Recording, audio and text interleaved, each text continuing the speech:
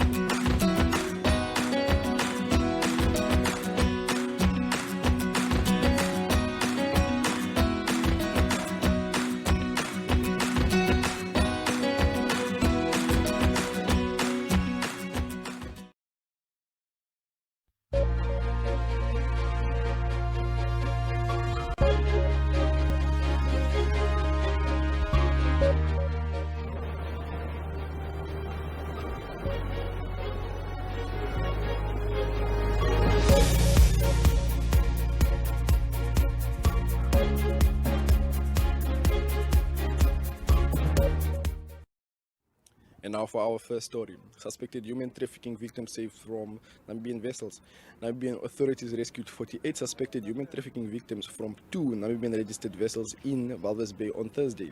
Now, according to NAMPOL spokesperson Deputy Commissioner Kauna Shikambi, the police are in the process and considering the formulation of the following charges against a Namibian fishing company operating from Walvis Bay. The charges include trafficking in persons, contravening of the Labor Act, contravening of the Immigration Control Act, contravening of the Marine Resource Act, and a possible fraud under common law. Now, Shikwambi said that this matter first came into light in June this year when Namibian Fisheries observes with the support from the Namibian Police Force officers while on patrol in Namibia's Economic Exclusive Zone, which is the EEZ, and came across two Namibian registered fishing vessels. It was subsequently detected that the two vessels were violating the Namibian fishery and marine laws with no fisheries observer on board and sailing without a valid non-observer authorization letter. And now for our second story, Erongo Red announces tariff adjustment. Erongo Red announced a 6.9 tariff adjustment on electricity effective 1st of August 2022. Emmanuel Kanabib, the Chief Executive Officer of Erongo Red, explained that the company was informed in June that the electricity tariffs, as approved by the Electricity Control Board (ECB), would be increased by 7.3% effective from 1st July 2022. The actual impact on Erongo Red is 9.4%. In June, Erongo Red submitted an application to the Electricity Control Board for a tariff adjustment increase for 2022-2023 financial year, which was approved a weighted average of 6.9% tariff adjustment effective of 1st August 2022. The detailed tariff schedule will be placed in various newspapers on our website as well as in tariff booklets which can be obtained from our offices, Kanabeb said.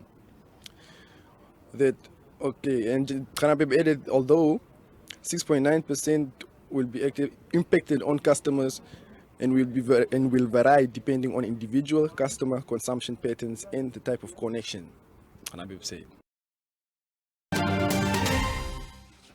Okay, and then now for our third and last story, Nam Power Tower collapses. Vandalism may have led to the collapse of a tower of Nam Power's Omaruru Khan 2022 kilovolt line near Omaruru on Thursday afternoon. The tower 282 collapsed at around 1 o'clock.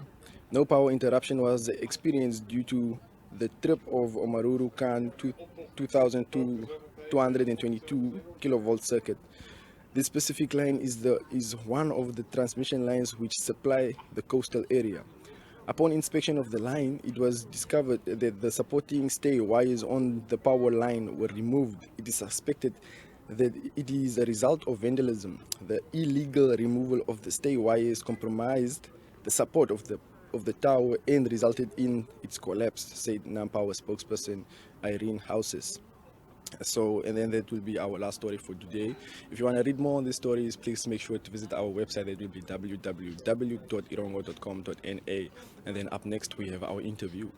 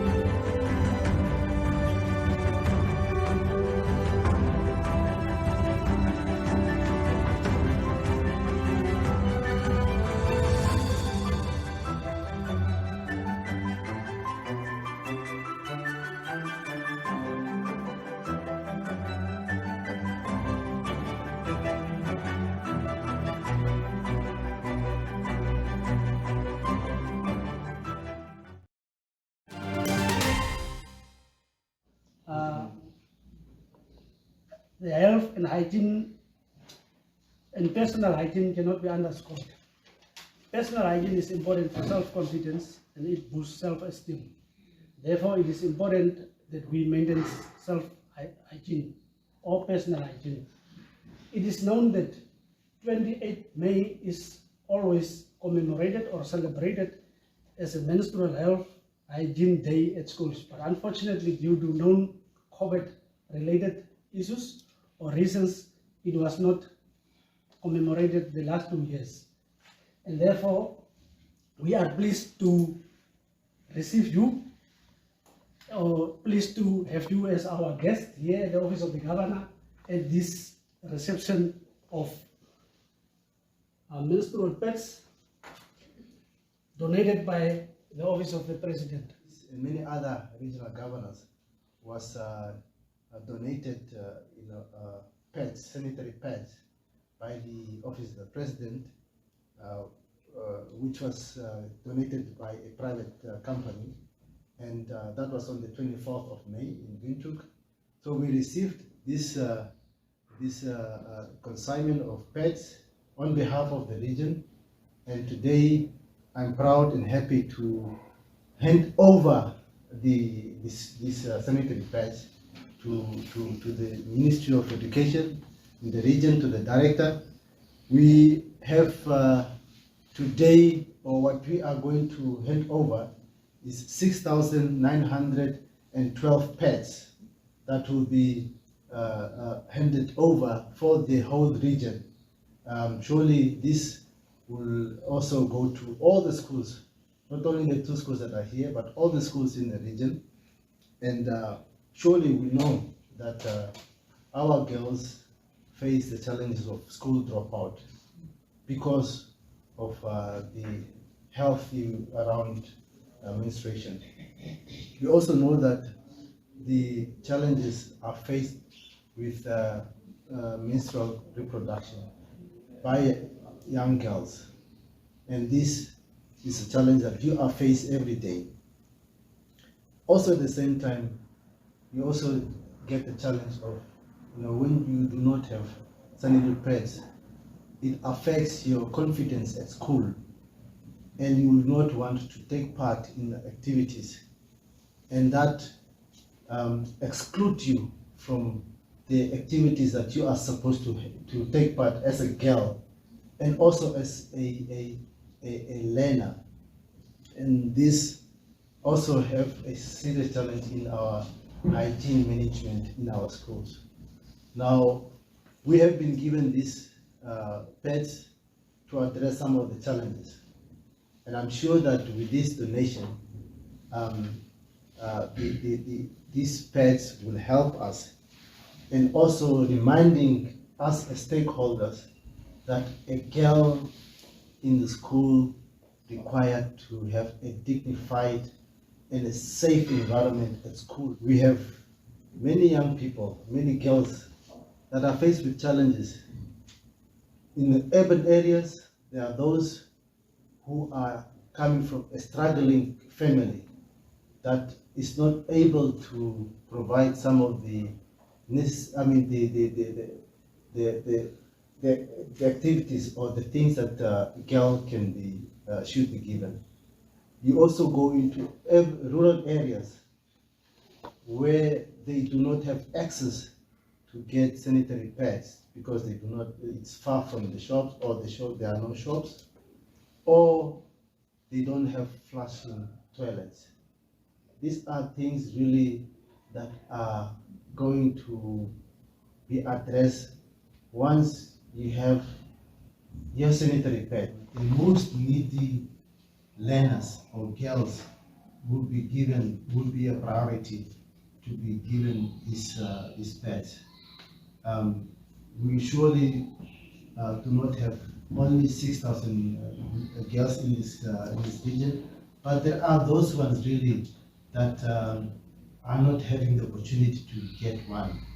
And when they are facing their period time of menstruation period, then they are forced to stay home or forced, to be uncomfortable. So we would want with these pets to make them free and be able to participate and be at schools at all times. So I am sure that the most needy learners will be given these pets. We cannot only talk about menstrual health one day on the 28th of May.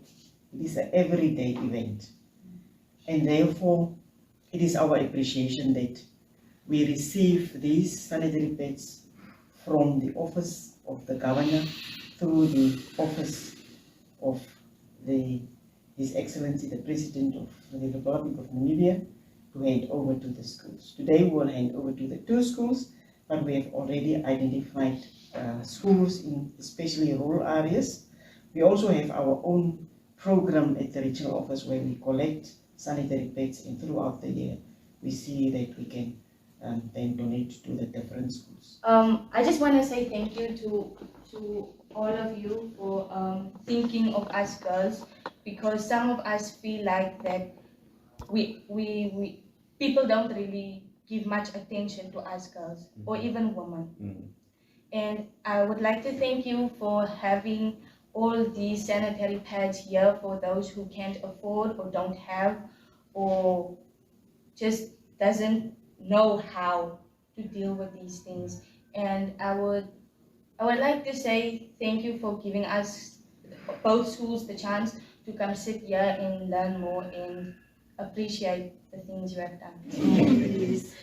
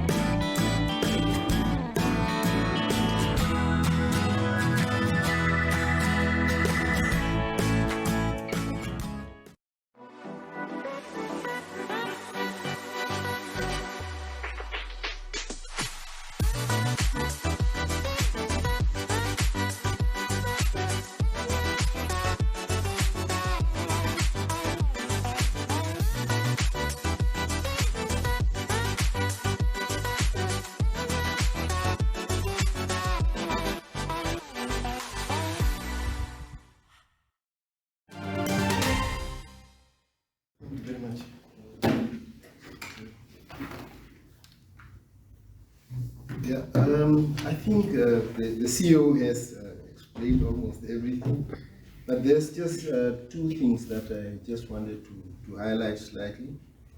And oh yeah, by the way, I'm Claude Shido. I'm the executive manager of Supply Business Unit. Supply Business Unit is concerned with customer care, tariffing, among others, metering, billing, etc. But the two things that I just wanted to highlight was especially on the pensioners. Now, as you are aware, we've been subsidizing pensioner tariffs, especially those inclined block tariffs. Now, we were subsidizing, say, the first 100 units at a very low cost, from the 101st unit up to 500 unit, okay, just slightly higher than the first block, and then the third block was 501 and more units. Then it was still subsidized on that one. Now what we have done, we have decreased the second block, so which means we are the first block up to 100 units still stay as it was. It's still subsidized, albeit it has been increased slightly with a 6.8%.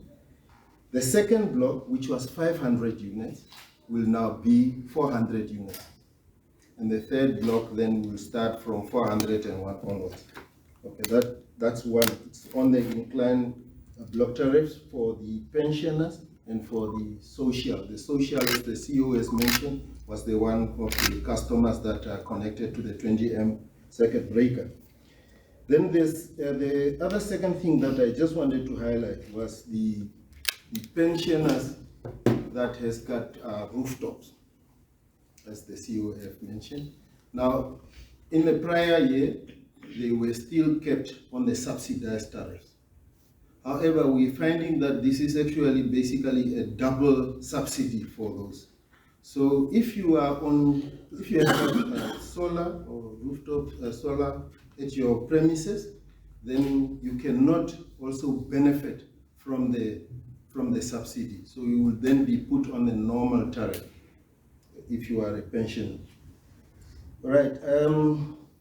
What else can I add to this? I think amongst others, okay, as Ben has mentioned, that the tariff, the whole tariff will be put on the website and it will be shared with you. So I don't want to really take a lot of time because these are a lot of tariffs if I've got to go through each and every one mentioning which one went from where to where. And I think it was briefly explained by the CEO as to what we have done. So, and I think I will just leave it there, and if there are questions, then I'll just then answer accordingly. Maybe just maybe the tariff, the normal tariff that everyone that are not subsidized, maybe just that one will do. I mean, how much do I spend now on electricity? Yeah, that will depend again on your consumption pattern. But say for a normal household, expect at least a 7.2% increase in cost. All right. I still don't understand. You must tell me in cents and dollars. Okay, if you were in cents. Dollars, yeah. Yeah, which means that, okay, if you say, previously, say for prepayment large, you were paying $2.38 without the levies, all right? Now you will pay $2.55. And that is the whole schedule that Ben was talking about that he will share, because I mean, it's a lot of tariffs. Otherwise, we will be here up to the evening, I think. Okay.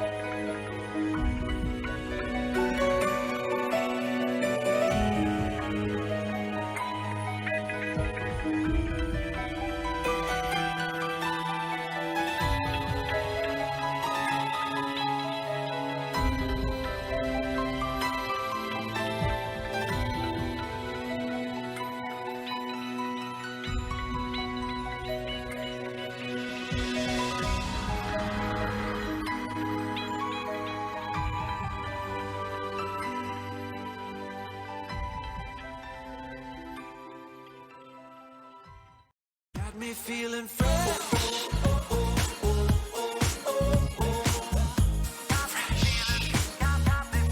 Got me feeling fresh. Got me feeling fresh. Platts Amir is a landmark on the coastline of Namibia, a home to quality shops and quality restaurants, a select variety of fashion and food retailers, as well as banks, not to mention the pier with 36 luxury apartments and entertainment for the whole family.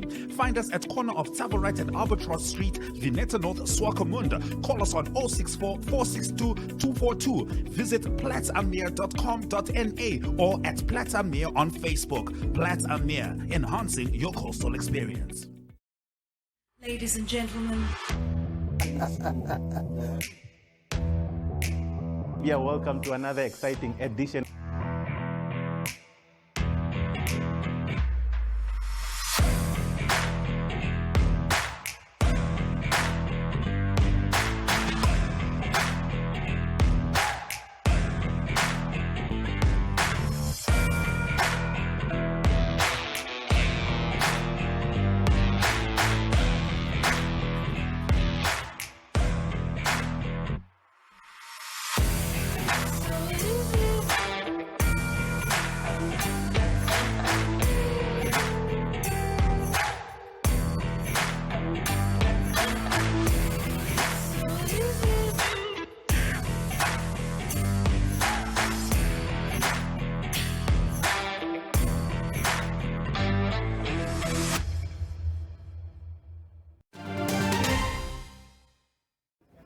And then unfortunately we come to the end of today's Erongo Talk show.